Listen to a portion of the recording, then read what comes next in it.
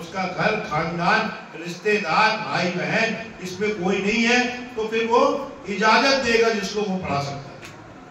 اور نماز جنازہ کوئی نماز نہیں ہے، وہ ایک دعا ہے.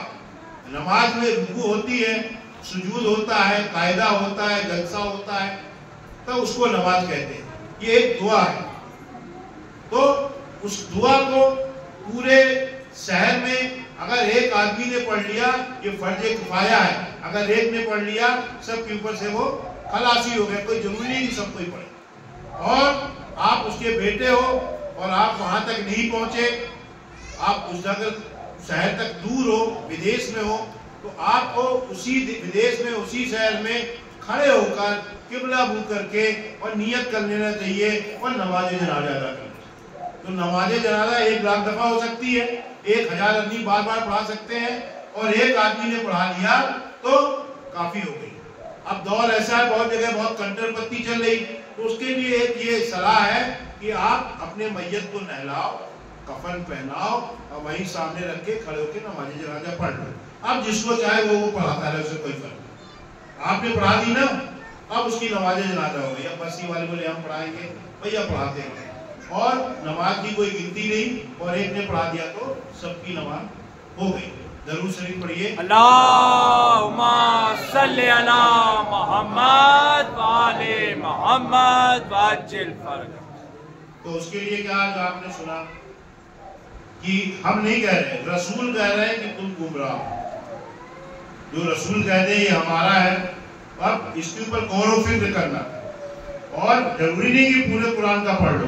کم سے کم نماز میں جتنی آیتیں پڑھتے ہیں اس کے معنی مفہوم اور اس کی تفسیر اس کے وہ تو یاد کر لو. ایک ہی میں مولا ایک سیریا میں گئے جنگ میں، تو اس میں رسول لے گئے مولا کے، اور مولا نے وہاں 2 رکعت نماز پڑھائی تو دونوں میں قل واللہ پڑھایا. تو باقی صحابہ نے علی کے سرکار علی نے نماز پڑھائی لیکن دونوں میں قل واللہ لمحوں کے بعد پڑھا. تو سرکار نے پوچھا بھائی بلاؤ علی کو. تو ابو تراب کو بلایا گیا. سرکار نے فرمایا کہ یہ لوگ کیا کہہ رہے ہیں؟ یہ لوگ کہہ رہے ہیں کہ تم نے 2 رکعت نماز پڑھائی اور دونوں میں قل واللہ پڑھا. تو مولا کائنات نے فرمایا یا رسول اللہ مجھے قل واللہ سے اتنی محبت ہے کہ میں نے دونوں رکعتوں میں قل واللہ پڑھا. واہ واہ واہ. نعرہ حیدری، نعرہ خیبری. تو رسول اللہ نے فرمایا صحابیوں علی کی مثال ایسی ہے جیسے پورے قرآن میں قل واللہ، اللہ نے علی کو قل واللہ کہا. اور مولا کائنات نے فرمایا کہ اے لوگوں دنیا کا کوئی سا بھی کام، پڑھائی لکھائی، محنت کا، کھیتی باڑی، کاروبار، جس کام کو بھی تم محبت کے ساتھ کرو گے تو کامیاب رہو. چاہے پڑھائی کر رہے ہو تو محبت کے ساتھ کرو. محبت کے ساتھ پڑھ رہا ہوں، ڈاکٹر بننا تو انشاءاللہ ڈاکٹر بنے گا. مولا نے کہا اس کو اس میں محبت دلا دو، اتنی اس سبجیکٹ میں اپنے بچوں کو اتنی محبت دلا دو کہ محبت ایک ایسی چیز ہوتی ہے اس کے آگے ساری چیز کھیل رہتی ہے. تو جب اس کو اس سے محبت ہو جائے گی مولا کائنات کے قول کے مطابق تو انشاءاللہ وہ کامیاب ہوگا. آپ کوئی کام سیکھ رہے ہو تو اس کو محبت کے ساتھ کرو. آپ کوئی کاروبار کر رہے ہو اس کو محبت کے ساتھ کرو. تو مولا کائنات کا قول ہے کہ جس کے بیٹے کی آج ولادت ہے ان کا قول ہے کہ کوئی بھی پڑھائی لکھائی اپنے بچوں کو کراؤ تو ان کے اندر پہلے اس سبجیکٹ کی اس بات کی محبت ڈال دو، اس کے فضائل یعنی اس کے فائدے گنا دو، وہ بتاتے رہو اس کو سبجیکٹ میں. تو انشاءاللہ وہ بچہ بچی اپنی کامیابی بلندی پر چلا جائے محبت کے ساتھ. تو جو محبت کے ساتھ اگر آپ بیٹھے ہو یہاں پہ، اب آپ کے سامنے چند مولائے امام حسن علیہ السلام کی فضائل بیان کر دیتے ہیں. یہی ہماری وہ تھی آج کی. درود شریف پڑھ لیں. اللہم صلی علی محمد وآل محمد وعجل فرج. نعرہ رسالہ یا رسول اللہ، نعرہ حیدری یا علی، لبیک یا حسن مولا لبیک یا حسن مولا لبیک یا حسن مولا لبیک یا حسن مولا حیدری. یہ سنی عالم شیخ محی الدین ابن عربی جو اپنے وقت کے بہت بڑے عالم ہیں، انہوں نے مولا امام حسن علیہ السلام پر جو درود بھیجا ہے، جو سلام بھیجا ہے اور اس کو اس منزلت پہ دیکھا ہے، وہ آپ کے سامنے بیان کرتے ہیں۔ حضرت ابن عربی کہتے ہیں، سنی عالم ہے، یہ کوئی شیعوں کا نہیں ہے۔ آپ کہتے ہیں کہ لا الہ کی دوسری شرط کو سلام، لا الہ الا اللہ کی دوسری شرط کو سلام۔ آپ کلمہ پڑھتے ہو نا، لا الہ الا اللہ، بنیاد کون ہے؟ حسین ہے۔ یہ ابن عربی کہہ رہے ہیں کہ لا الہ الا اللہ کی دوسری شرط کو سلام، یعنی جب تک اس شرط کو نہیں مانو گے آپ کا لا الہ الا اللہ پڑھنا بیکار۔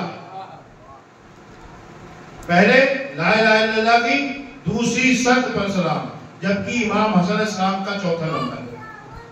یہ تمام فضائل امام حسن علیہ السلام کے بڑھائے جا رہے ہیں، جبکہ امام حسن علیہ السلام کا چوتھا نمبر ہے۔ کیسے؟ پہلا سرکار دو عالم صلی اللہ علیہ وسلم، پھر سیدہ خاتون جنت مولائے کائنات امام حسن چوتھے نمبر پر۔ لیکن محمد ابن عربی کہہ رہے ہیں لا الہ الا اللہ کی دوسری شرط کو سلام، جبکہ امام حسن علیہ السلام کا چوتھا نمبر ہے۔ اور چوتھا معصوم کو مردوں کو گنتے ہیں تو وہ 13 مرد ہیں، جن میں پہلا محمد اور دوسرا علی، تیسرا حسن، تو تیسرے نمبر ہے امام حسن علیہ السلام کا۔ اور سنی عالم ابن عربی کہہ رہے ہیں لا الہ الا اللہ کی دوسری شرط پر سلام۔ اب یہ شرطیں بھی سمجھ میں آئیں۔ اگر ان کی ولایت کا اقرار نہیں ہے تو محمد کو ماننے کا کوئی فائدہ نہیں۔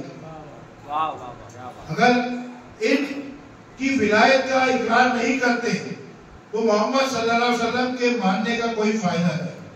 لا الہ الا اللہ کی دوسری شرط پر سلام، شرط مشروط ہے اور مشروط شرط کا محتاج ہوتا ہے۔ اس کو سمجھاتے ہیں مشروط کیا ہے۔ جیسے اعلان ہوتا ہے کہ کل جب آپ 9 بجے آئیں گے تب مقرر صاحب خطاب کرنے کے لیے بیٹھیں گے، تو مشروط ہے۔ شرط کیا ہے؟ 9 بجے آنا، اور مشروط کیا ہے؟ بیٹھنا۔ اور جب شرط پوری نہیں ہوگی تو مشروط بھی پوری نہیں ہوگی، یعنی تم آؤ گے نہیں 9 بجے تو خطیب کیسے بیٹھ جائیں گے؟ تو اسی طریقے سے اگر مقرر نہیں آئے گا، اگر آئے تو نہیں بیٹھیں گے۔ لا الہ الا اللہ کی اسی طرح شرط ہے کہ جب تک امام حسن علیہ السلام کی ولایت کو نہیں مانو گے، امامت کو نہیں مانو گے، تو لا الہ الا اللہ پڑھنے کا کوئی مقصد نہیں۔ نعرہ رسالت، لبیک یا حسن مولا، لبیک یا حسن مولا، لبیک یا حسن مولا، لبیک یا حسن مولا، نعرہ حیدری۔ لا الہ الا اللہ کی دوسری شرط کا نام ہے امام حسن علیہ السلام۔ پھر ابن عربی کہتے ہیں میں اس کی کیا فضائل پڑھوں؟ جس کا لا الہ الا اللہ محتاج ہو۔ واہ واہ واہ واہ واہ واہ واہ، کرسی محتاج ہے نا، یہ ٹیبل نہیں ہوتی تو یہاں نہیں لگتی۔ تو شرط ہے کہ جب تک امام حسن علیہ السلام کی امامت کا اقرار نہیں کرو گے لا الہ الا اللہ تم کو کوئی فائدہ نہیں دے گا، نہ تمہارے پڑھنے کا کوئی واسطہ نہیں۔ تو امام ابن عربی کہتے ہیں میں اس کے کیا فضائل پڑھوں؟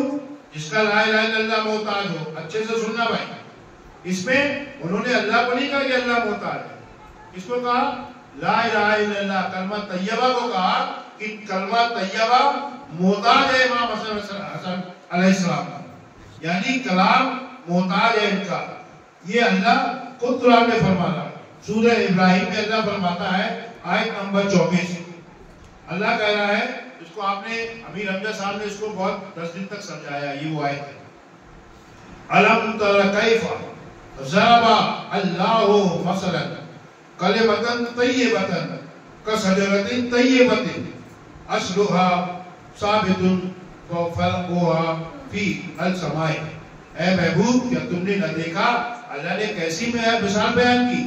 اس کی مثال کلمہ طیبہ کو سمجھو کہ اللہ کلمہ طیبہ کس نے سمجھا رہا؟ کیوں امام حسن علیہ السلام کی امامت ضروری اقرار کرنا؟ اللہ کہہ رہا ہے کہ اللہ فرمانا ہے محبوب تم نے نہ دیکھا کہ اللہ نے کیسی مثال بیان فرمائی کلمہ طیبہ کی، لا الہ الا اللہ، کس سے مثال دی کہ یہ شجرہ طیبہ جیسا ہے۔ واہ واہ واہ واہ واہ واہ واہ، امیر حمزہ صاحب نے سمجھایا تھا نا کہ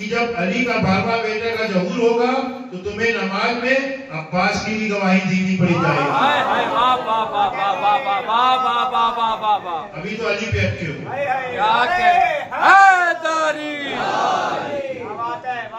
کیونکہ کیا نماز ہم نے اللہ سے سیکھی ہے. نماز ہمیں اللہ نے سکھایا, وہ تو نظر نہیں آتا, وہ تو نماز پڑھتا نہیں. تو ہم نے نماز کس سے سیکھی ہے؟ انہی سے سیکھی ہے نا, ان امامین سے. اگر یہ آ کر ہمیں کہیں کہ ہمارے نوکر کی گواہی دیا کرو تو ہمیں کون سا اعتراض ہے؟ نماز سکھانے والوں کو نماز سکھانے کی کوشش نہ کیا کرو. ہمارا باپ حضرت آدم علیہ السلام نصیری ہو چلا تھا. اگر یہ نہ بتاتے, اگر امام نہ بتاتے کہ وہ اللہ ہے, اس کے بندے ہیں, تو نصیری ہو گیا تھا, وہ انہی کو خدا مان لیا تھا.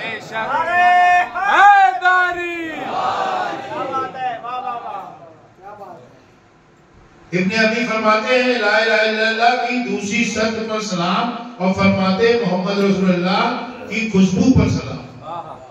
محمد رسول اللہ کی خوشبو پر سلام. اصحاب ابا میں سے چوتھے پر سلام. اصحاب ابا میں سے کیا مطلب, کہاں پہنچے؟ اصحاب ابا میں سے ہم یہ نہیں کہ ہم آئے ہیں بولتے چلے جائیں. میں تقریر نہیں کر رہا ہوں, میں تقریر کرنے نہیں بیٹھا. میں تو یوں کہ جو بات ہو رہی ہے اس کو سمجھو, تاکہ کل دوسری جگہ بتاؤ تو وہی بتاؤ جو سمجھے ہو. اصحاب ابا میں سے چوتھے پر سلام, جو قصہ میں آئے تھے, جو سیدہ خاتون جنت کی قصہ میں آئے تھے, چادر میں آئے تھے, اس میں چوتھے کا ہے امام حسن. اصحاب قصہ میں چوتھے پر سلام. اب یہ دیکھیں ابن ابی کس مقام پر پہنچ رہے ہیں. اصحاب ابا میں سے چوتھے پر سلام جو قصہ میں آئے تھے, اور عالم ایمان کے عارف پر سلام. عالم ایمان کے عارف پر سلام. عالم ایمان کیا ہے؟ رسول اللہ صلی اللہ علیہ وسلم کی حدیث ہے.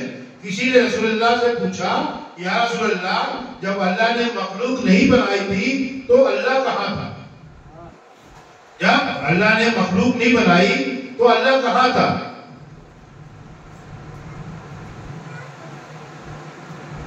نعرہ رسالت, نعرہ حیدری. سیدان نے کہا تھا نا کہ ہم صراط مستقیم والوں کو پہچانیں, تو اس کے بھی دخل اندازی اللہ رسول اللہ کی جب اللہ نے ترسی پڑھی اللہم صلی علی محمد وآلِ محمد وجل. جب اللہ تعالیٰ نے مخلوق نہیں بنائی تو اللہ کہاں تھا؟ رسول اللہ نے فرمایا وہ ایما پہ تھا, اور ایما وہ عالم ہے جب صرف وہ تھا, جب وہ صرف تھا. اور محمد ابن عربی لکھتے ہیں اسرار ایما کے عارف پر سلام. اس وقت کوئی نہیں تھا نا, اس وقت کے عارف امام حسن علیہ السلام. غور کرو باتوں میں. یہ آپ فرماتے ہیں کہ اسرار ایما کے عارف پر سلام, جب صرف وہ تھا اور اس وقت کے اسرار کا عارف ہے میرا مولا حسن. اگر انسان قرآن پڑھے اور وہ ہر آیت جس کا مادہ اصل ہے, یعنی جس کا اصل ہے, یعنی ہر وہ آیت جس میں لفظ احسان ہے اس میں چہرہ جھلکتا ہے تیرے مولا حسن. جہاں جہاں احسان لفظ آیا قرآن میں وہ مولا امام حسن کے لیے اللہ نے فرمایا. کیوں؟ اس کو آگے سمجھایا, بنا سمجھے بھی اس کو یہ چلکتے چلو اس میں چہرہ جھلکتا ہے میرے مولا حسن کا.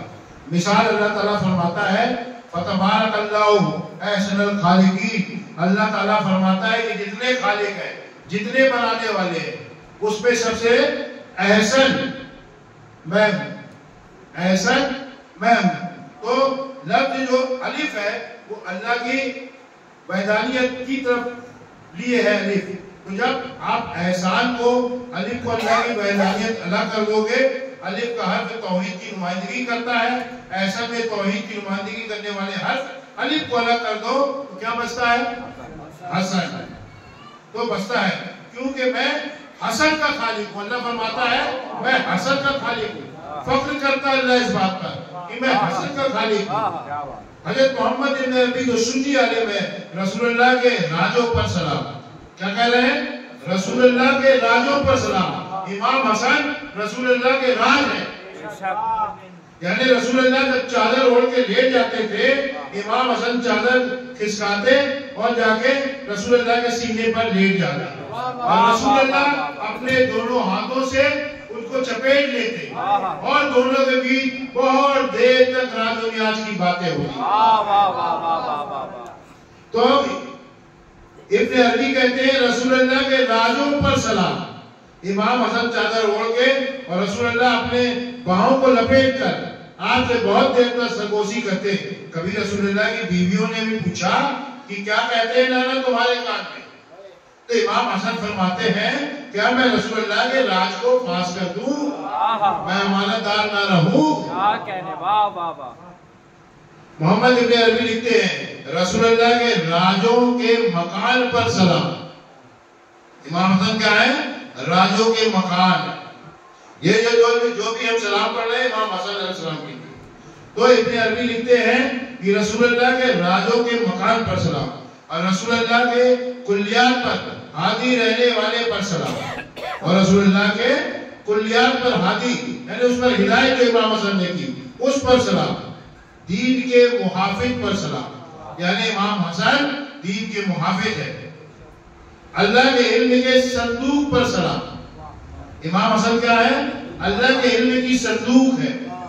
صندوق کو جسمانیت میں ڈھال دو وہ امام حسن ہے. حسن وہ صندوق ہے اللہ جس میں اپنا علم رکھتا ہے اور اللہ جس کو بھی جو علم دیتا ہے اسی صندوق سے نکال کے دیتا ہے. فریضتوں پھر امام محمد عربی کہتے ہیں فضیلتوں کی کان پر سلام. کان کہتے ہیں کھدان. فضیلتوں کی کھدان پر سلام. امام حسن کیا ہے؟ فضیلتوں کی کھدان ہے، کان ہے. اللہ تعالیٰ فرماتا ہے اے ایمان والو پورے پورے سلم میں داخل ہو جاؤ. اللہ تعالیٰ مسلموں سے یہ نہیں کہہ رہا بلکہ مومنوں سے کہہ رہا. آپ کلمہ گو سے نہیں صاحب ایمان سے کہہ رہا. ہر تفسیر اہل بیت میں یہی لکھا ہوگا السلم و ولایت علی ابن ابو طالب. کس سے رہا ہے؟ مومنوں سے. مومنے میں جو علی ابن ابو طالب کو مان لے، جو علی کو مان چکے ہیں کہ علی کی ولایت میں داخل ہو جاؤ.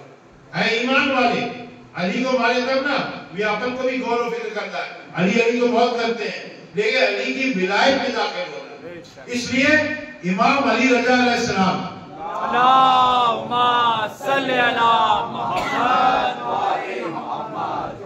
مشہد کے شہنشاہ امام حسن علی رضا علیہ السلام فرماتے ہیں کہ میں اولاد علی ہوں، میں آل علی ہوں، میں علی کا بیٹا ہوں. اس بات پر مجھ کو فخر نہیں ہے. میں ولایت علی پہ ہوں، اس بات پر مجھ کو فخر. نعرہ حیدری، نعرہ ولایت. تو پتہ چلا کہ آل علی ہونا کوئی فخر کی بات نہیں. وہ ولایت علی پہ گامزن ہے، یہ بڑے فخر کی بات ہے. مومنے میں جو بھی علی ابن علی کو مانتا ہے ان سے اللہ کہہ رہا ہے کہ علی کی ولایت میں داخل ہو جاؤ. معلوم ہوا مومن میں کچھ ایسے ہیں جو ولایت میں اڑے ہوئے ہیں. علی کی ولایت سلم ہے اور سلم کے لیے ابن عربی نے کہا سلم کے دروازے پر سلام. سلم کے دروازے پر سلام. سلم کا دروازہ کون ہے؟ امام حسن علیہ السلام. جیسے علی دروازہ ہے نبی کے، جیسے علی دروازہ ہے نبی کے، اسی طریقے سے امام علی کے دروازے امام حسن علیہ السلام. کس کے دروازے؟ علی کس کے دروازے ہیں؟ رحمت للعالمین کے. امام حسن کس کے دروازے ہیں؟ مولائے کائنات. جیسے علی دروازہ نبی کے ویسے ہی حسن دروازہ علی کے. زندگی ہر دنیا کے علماء پڑھتے رہے حسن پر. امام حسن نے کہا تھا ہمارے سامنے تمہیں کیا فرق. جب امام حسن علیہ السلام امیر شام کے محل میں گئے تو اس حرامی کمینے نے کہہ دیا تھا جیسے امام حسن آئے تم لوگ اپنے اپنے خاندان والوں کی بہت تعریف کرنا کہ ہمارا خاندان ایسا، ہم ایسے، ہم ویسے. جیسے مولا امام حسن السلام اندر تشریف لے گئے تو مروان اور عمرو بن عاص اور ولید اور ایسے جتنے کمینے حرامی بیٹھے تھے سب اپنی اپنی تعریف کرنے لگے. تو امام حسن نے کہا تھا ہمارے سامنے فخر نہ کرو، تمہیں پتہ نہیں کہ میں کون ہوں؟ میں امیر المومنین علی کی نماز جنازہ کا امام ہوں. میں امیر المومنین علی کے جنازے کا امام ہوں. اس علی کی بات ہو رہی ہے جو خود صلاۃ ہے، اس علی کے نماز جنازے کی امامت کی بات ہو رہی ہے جو خود صلاۃ ہے. اس علی کی بات ہو رہی ہے جو حقیقت صلاۃ ہے. جب دنیا سے چلے گئے لوگ آئے، امام الانبیاء صلی اللہ علیہ وسلم جب دنیا سے پردہ کر گئے تو مولا کائنات کے پاس ہر قبیلے کے لوگ آئے. علی کے پاس آیا، کہا ہم لوگوں نے یہ تجویز کیا ہے کہ ہر قبیلہ رسول اللہ کی الگ الگ نماز ایک جنازہ پڑھے اور اپنے قبیلے کا ایک امام بنا لے. مولا کائنات نے فرمایا نبی جیسے اپنی زندگی میں امام تھے ویسے مرنے کے بعد بھی خود امام ہے.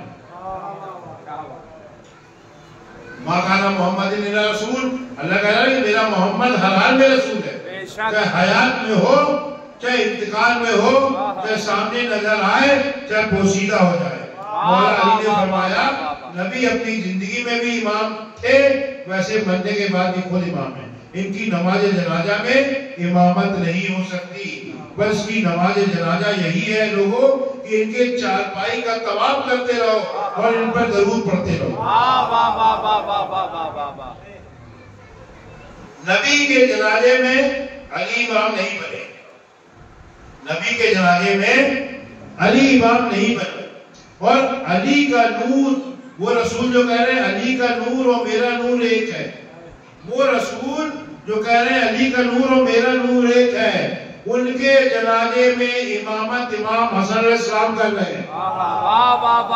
انہیں کیا فخر کی بات کرتے ہیں کہ میں اس امیر المومنین کے نماز جنازہ کا امام ہوں. یہ کسی کو یہ مرتبہ پھر نہیں ملا.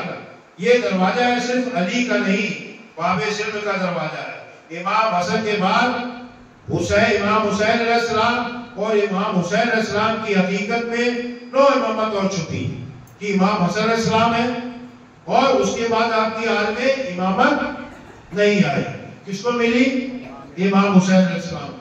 اور اگر امام حسین علیہ السلام کے بعد پھر امامت امام حسن علیہ السلام کی حال میں ہوتی تو یہ بے ادبی ہوتی امامت کی.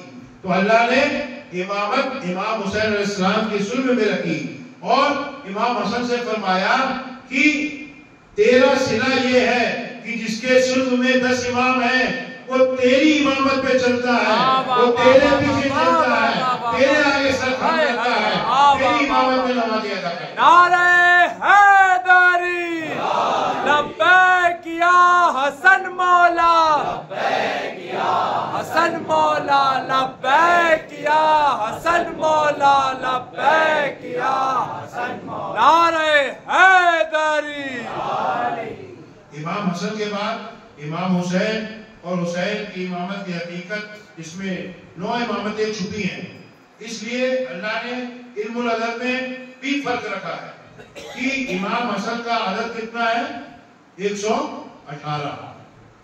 اب تک سیکھ گئے ہوتے اگر سیکھتے ہو. امام حسن کا کتنا ہے؟ 1 کا 8، سین کا 60 ہے نا، نون کا 50، تو 118 عدد ہے امام حسن کا. اور مولا حسین کا کتنا ہے؟ 128 ہے. اور یہ 10 کا عدد ان 10 امامتوں کی نمائندگی کرتا ہے. کیسے؟ حسین خود اور 9 اس کے امام کے بیٹے، یعنی 10 امامتوں کا مجموعہ ہے امام حسین. اور امام حسین پر امام رہا ہے امام حسن، جو 10 اماموں کا مجموعہ ہے اس کا امام بھی امام حسن ہے. گویا 10 امامتوں پر حکومت امام حسن کی ہے، اور یہ صلہ اس چیز کا اللہ تعالیٰ نے کہا تیری صلب میں ہم نے امامت نہیں رکھی، یہ صلہ ہے کہ تو 10 امامتوں کی امامت۔ ابن عربی لکھتے ہیں معارف کی بلادہ پہ سلام، اور جو ابن شعود حقیقت ہے، ابن سلام یا آدم سے لے کر عیسیٰ تک کسی نے اللہ کو نہیں دیکھا، یہ بات تو ہے نا، آدم سے لے کر عیسیٰ تک کسی نے اللہ کو نہیں دیکھا، اور کہا کہ جیسے تم اسے زمین میں ڈھونڈتے ہو ایسے آسمان والے اسے آسمان میں ڈھونڈتے ہیں۔ اللہ کو ہم زمین میں ڈھونڈ رہے ہیں، آسمان والے اسے آسمان میں ڈھونڈتے ہیں۔ اللہ غائب ہے، اللہ غائب ہے، غائب کے لیے لفظ ہے غیب، اور جو سامنے ہوتا ہے اس کے لیے لفظ ہوتا ہے شہود۔ عالم الغیب والشہادت سنتے ہو نا، تو یعنی جو چھپا ہوا ہے وہ غیب ہے، اور جو سامنے ہے وہ شہود ہے۔ ابن عربی کہہ رہے ہیں اگر کسی کو اگر کوئی خدا دیکھنا چاہے تو امام حسن سے کہو اپنے چہرے سے پردہ الٹ لے، اب وہ مسعود ہے۔ کہہ رہے ہیں کہ جسے خدا کو دیکھنا ہے وہ امام حسن السلام کی بارگاہ میں جائے اور اپنا نقاب انہیں الگ کر لے چہرے سے، تو آپ دیکھ لو کہ ابن شہود ہے جو سامنے ہے وہ چہرہ اللہ کا۔ خان وادہ اہل بیت کے اطہار میں چند ہستی ایسی تھی جن کے چہروں کے پہ نقاب رہی، جس میں سب سے پہلا تیرا مولا حسن۔ سب سے پہلے حق نے اپنے چہرے پہ نقاب نہیں ڈالا، کچھ ہستیاں چند ہستیاں جن کے چہروں میں نقاب رہی، جس میں پہلا تیرا مولا حسن ہے۔ میرے مولا حسن کے چہرے پہ نقاب ہوتی، مولوی کہتے ہیں حسن بہت تھا اس لیے چہرے پہ نقاب رکھتے تھے۔ یقیناً جمال الہی کا نام ہے حسن، لفظ ہے حسن سے ظاہر ہے کہ حسین تو ہوگا، لفظ حسن سے ہی ظاہر ہے کہ حسین تو ہوگا، لیکن حسین کا کیا معنی ہے؟ حسن سے زیادہ حسین۔ حسین کے معنی ہیں جو حسن سے زیادہ حسین ہو اسے حسین کہتے ہیں۔ حسن کا نام رکھتے وقت رسول اللہ نے فرمایا تھا کہ اللہ نے اس کا نام رکھا، بڑا حسین نام ہے، اللہ نے اس کا نام حسن رکھا ہے۔ اور جب حسین علیہ السلام کی ولادت ہوئی اور امام حسین علیہ السلام کو آپ نے گود میں لیا تو فرمایا یہ حسن سے بھی زیادہ حسین ہے، اس لیے اللہ نے نام اس کا حسین رکھا ہے۔ تو نقاب تو حسین کو لینی چاہیے تھی، اگر حسن کی وجہ سے ہے تو نقاب اپنے چہرے پہ حسین کو لینی چاہیے جو زیادہ حسین ہے۔ اس نے نقاب نہیں لی، امام حسین نے اپنے چہرے پہ نقاب نہیں لی۔ بات حسن کی نہیں ہے، اس میں کوئی راز ہے۔ امام حسن نے نقاب لی، شہزادہ علی اکبر نے بھی لی، اور شکل پیغمبر تھا۔ شہزادہ علی اکبر نے کیوں لی؟ کہ وہ شکل پیغمبر تھی، اس لیے نقاب لی، لیکن پیغمبر نے نقاب نہیں لی۔ اگر شکل پیغمبر علی اکبر ہے تو پھر رسول اللہ کو بھی نقاب ڈالنا چاہیے تھا۔ جب شکل پیغمبر ڈال رہا ہے نقاب تو رسول اللہ کا حسن کتنا ہوگا، ان کو بھی نقاب ڈالنا چاہیے تھا، لیکن رسول اللہ نے نقاب نہیں ڈالی۔ پیغمبر اس لیے نقاب لی، لیکن پیغمبر نقاب نہیں لی۔ علی اکبر تو شبیہ ہے نا، تو جس کی شبیہ ہے تو اس نے کیوں نہیں نقاب لی؟ اور مولا رضا علیہ السلام کے چہرے پر نقاب تھی، امام علی رضا علیہ السلام کے چہرے پر نقاب۔ حضرت سید موسیٰ مبارکہ ان کے چہرے پر بھی نقاب، جو حضرت تقی علیہ السلام کے فرزند ہیں ان کے چہرے پہ، تو اتنے لوگوں کے چہرے پہ نقاب تھی، باقی کے چہروں پہ نقاب نہیں تھی۔ تاریخ میں سب سے پہلے حضرت موسیٰ علیہ السلام نے اپنے چہرے پہ نقاب ڈالی۔ تاریخ میں سب سے پہلے اپنے چہرے پہ کس نے نقاب ڈالی؟ حضرت موسیٰ علیہ السلام نے۔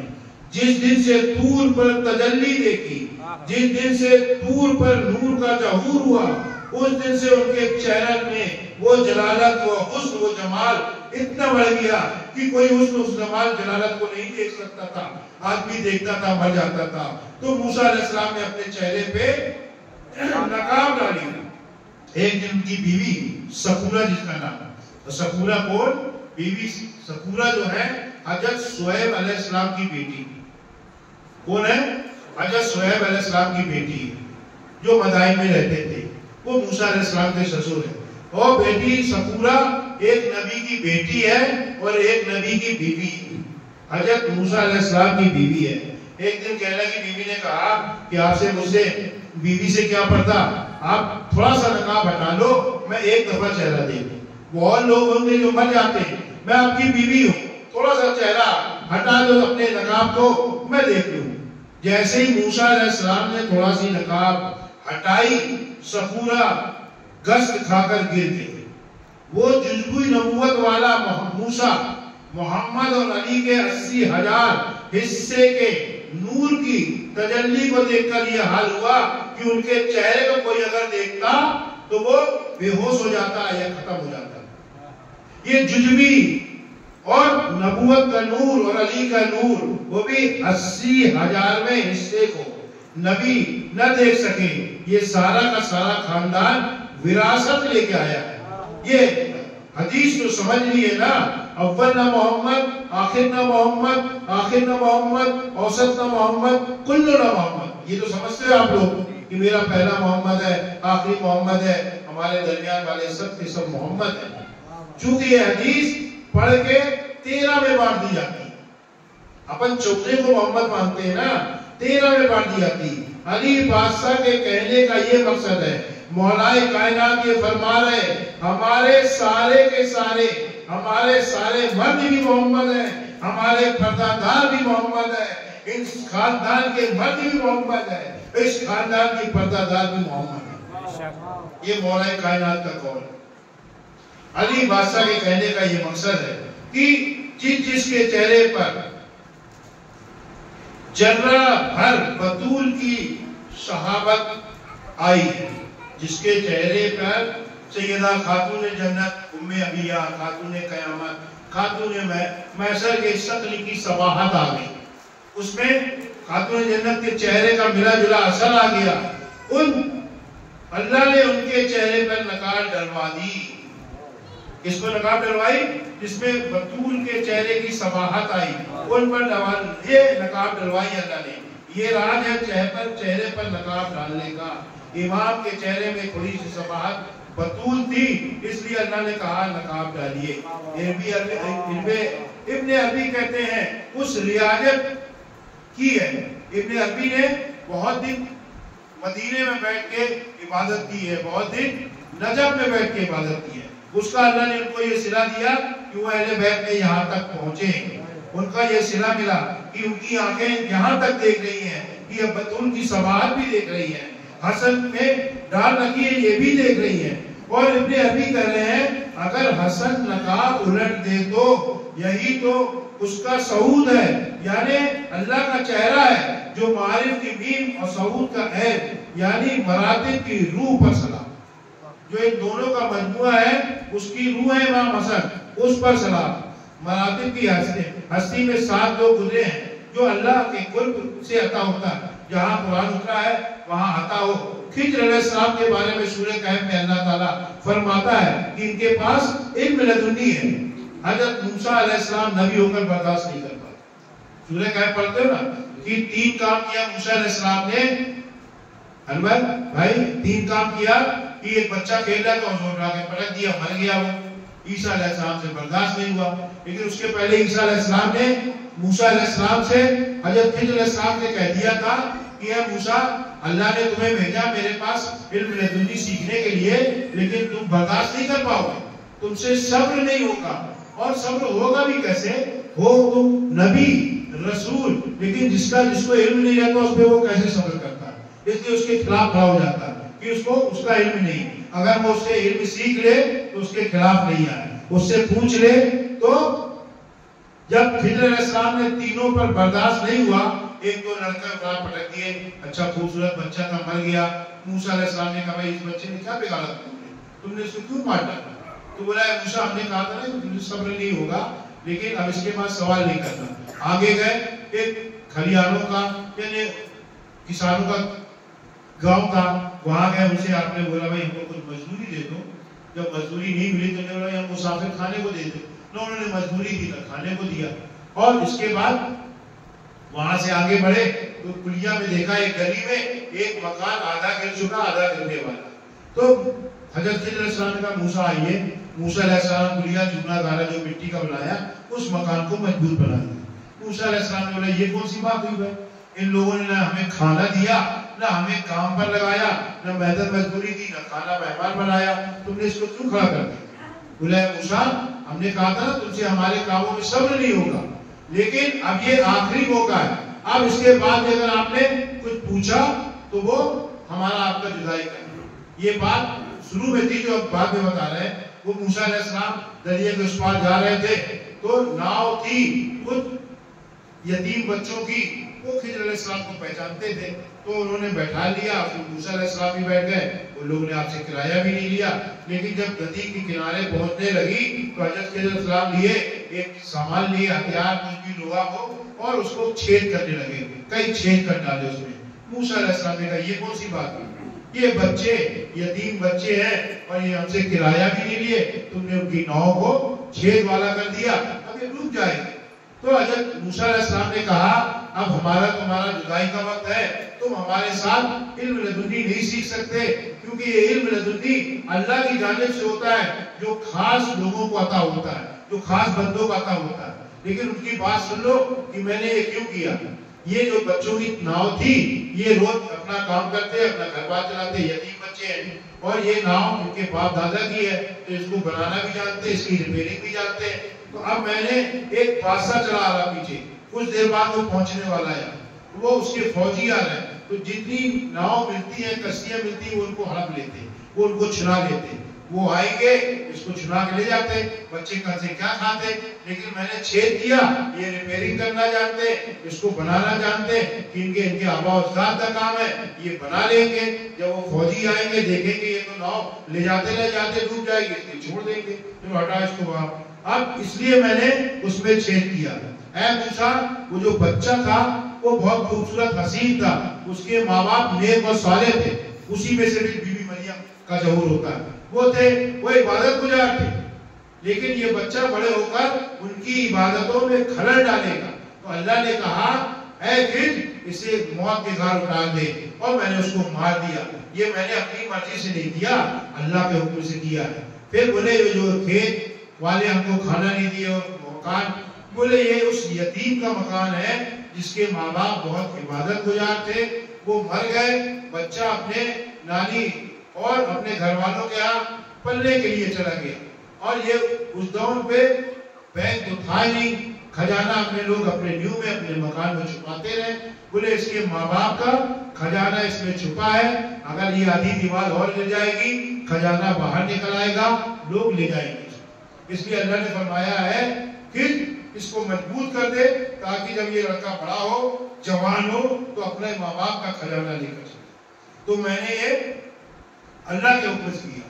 تو علم لدنی وہ علم ہے جو اگر موسیٰ علیہ السلام بھی اس کو نہیں سمجھ پا رہے اور سب نہیں کرتے، جو اللہ کے قرب سے عطا ہوتا ہے، جو قرآن ہوتا ہے وہاں عطا ہوتا ہے۔ خضر علیہ السلام کے بارے میں سورہ کہف میں بات ہوئی جو جس میں موسیٰ علیہ السلام جیسے نہیں سمجھ پائے اور اعتراض کیا، حضرت علیہ السلام کے پاس علم لدنی ہے، موسیٰ جیسا اولو العزم پیغمبر برداشت نہیں کر سکتا۔ اب اس لدنی کے اللہ نے کہاں کہاں بانٹا ہے اور کہاں کہاں چھپا رکھا ہے۔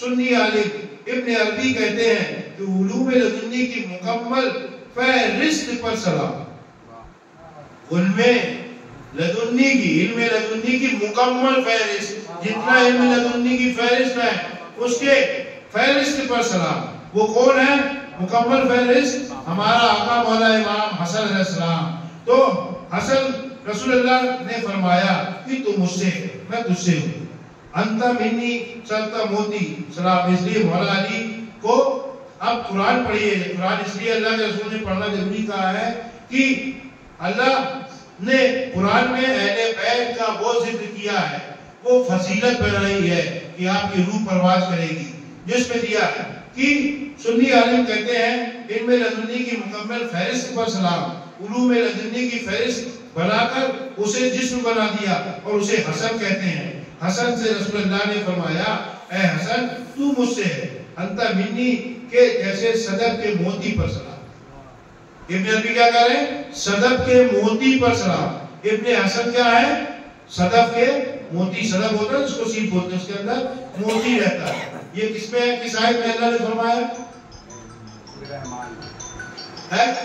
سورہ رحمان میں اللہ نے لولو کہا امام حسن کو, تو اللہ نے کہا یہ سیپ کے موتی ہے, اور سیپ میں موتی ایک رہتا ہے, سیپ میں موتی ایک رہتا ہے. تو اللہ نے حضرت امام حسن علیہ السلام کو موتی کہا, اور امام حسین کو کہا اللہ نے لولو والمرجان.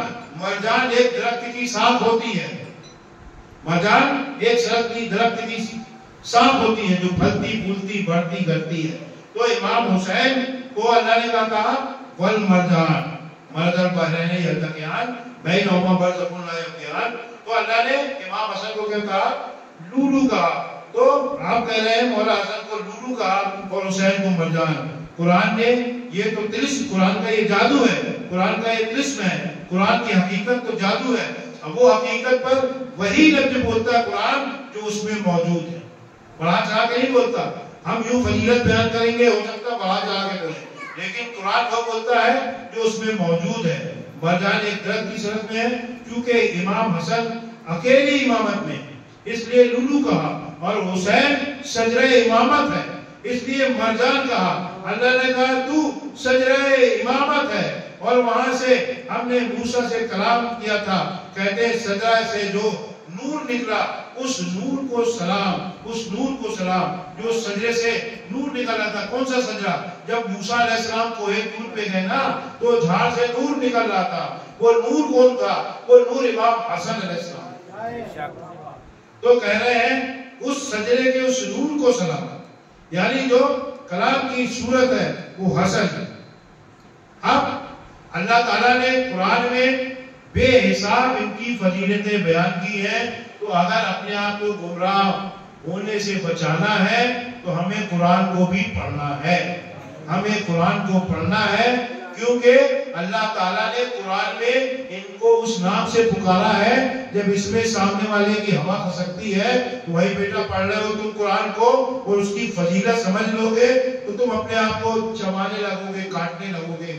جیسے اللہ کہتا ہے کہ میدان محشر میں کافر اپنے ہاتھوں کو کاٹیں گے, اپنے گالوں میں چھاپڑ ماریں گے کہ کاش ہم ترابی ہوتے, کاش ہم ترابی ہوتے, یعنی کاش ہم ابو تراب کے غلاموں میں ہوتے ہیں, تو آج یہ ہماری حالت نہ ہوتی. اللہ تعالیٰ کے اسم اعظم آج کل یوٹیوب پہ بہت چل رہا ہے, اسم اعظم پڑھ لو, اسم اعظم بھر پڑھ لو, قرآن چھوڑو تو تمہارا یہ کام بن جائے گا, تمہارا وہ بن جائے گا, تم جہاں چاہو گے وہاں پرواز کر جاؤ گے. اسم اعظم, تو اسم اعظم کیا ہے؟ اللہ تعالیٰ کے بہت سارے نام ہیں. بس آخری بات, اللہ تعالیٰ کے, کیونکہ اللہ قرآن میں انہیں کیسے عظمت دے رہا وہ بتانا چاہتے. اللہ تعالیٰ کے قرآن میں ابھی جو اپن کو ملے وہ 99 نام ہے اللہ کے صفاتی 99. اس میں ایک نام اللہ کا علی بھی ہے, علی بھی ہے.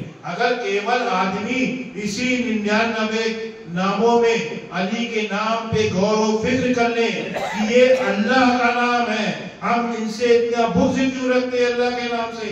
جب ہم اللہ کے نام سے اتنا بغض حسد رکھتے ہیں تو اب ہمیں کون بخشے گا, کون بچائے گا؟ اللہ کے نام سے ہم اتنا بغض حسد رکھ رہے ہیں. تو ہم 99 نام میں ایک نام اللہ کا علی ہے, وہی اسم اعظم ہے جو علی, یعنی جو سب اسم اعظم یعنی جو سب سے عظمت والا نام. اللہ کے جتنے صفاتی نام ہیں کیول علی کے نام کے معنی ہیں بہت بلند اور بہت بڑا. اس کے معنی بتا رہے ہیں, علی کا نام بلند اور بڑا ہے. تو اس میں 99 نام ہیں. مولا کائنات کی بارگاہ میں غلام گئے کہ مولا یہ بتائے اللہ کے 99 نام ہیں, آپ بتائیں کتنے نام ہیں؟ تو مولا نے بتایا 1001 نام. تو اس غلام نے کہا سرکار 1001 نام کیوں, 1000 کیوں نہیں بتایا, ایک کیوں پڑھا؟ تو مولا کائنات نے فرمایا کہ اللہ کے نہ 99 نام ہیں نہ 1001 نام ہیں.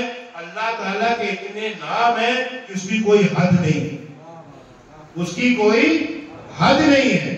اللہ کے ناموں کی تلاوت, اللہ کے نام کو پڑھنا, اس کے محبوب ہمارے آقا رحمت للعالمین نے اس دنیا میں جہاں کا ایک دن 1000 سال کے برابر ہے, وہاں رسول اللہ کے نور نے 80,000 سال تک اللہ کے صفاتی ناموں کو پڑھتے رہے، ان ناموں کو مکمل نہیں پڑھ پائے، یعنی ان ناموں کو مکمل نہیں گن پائے۔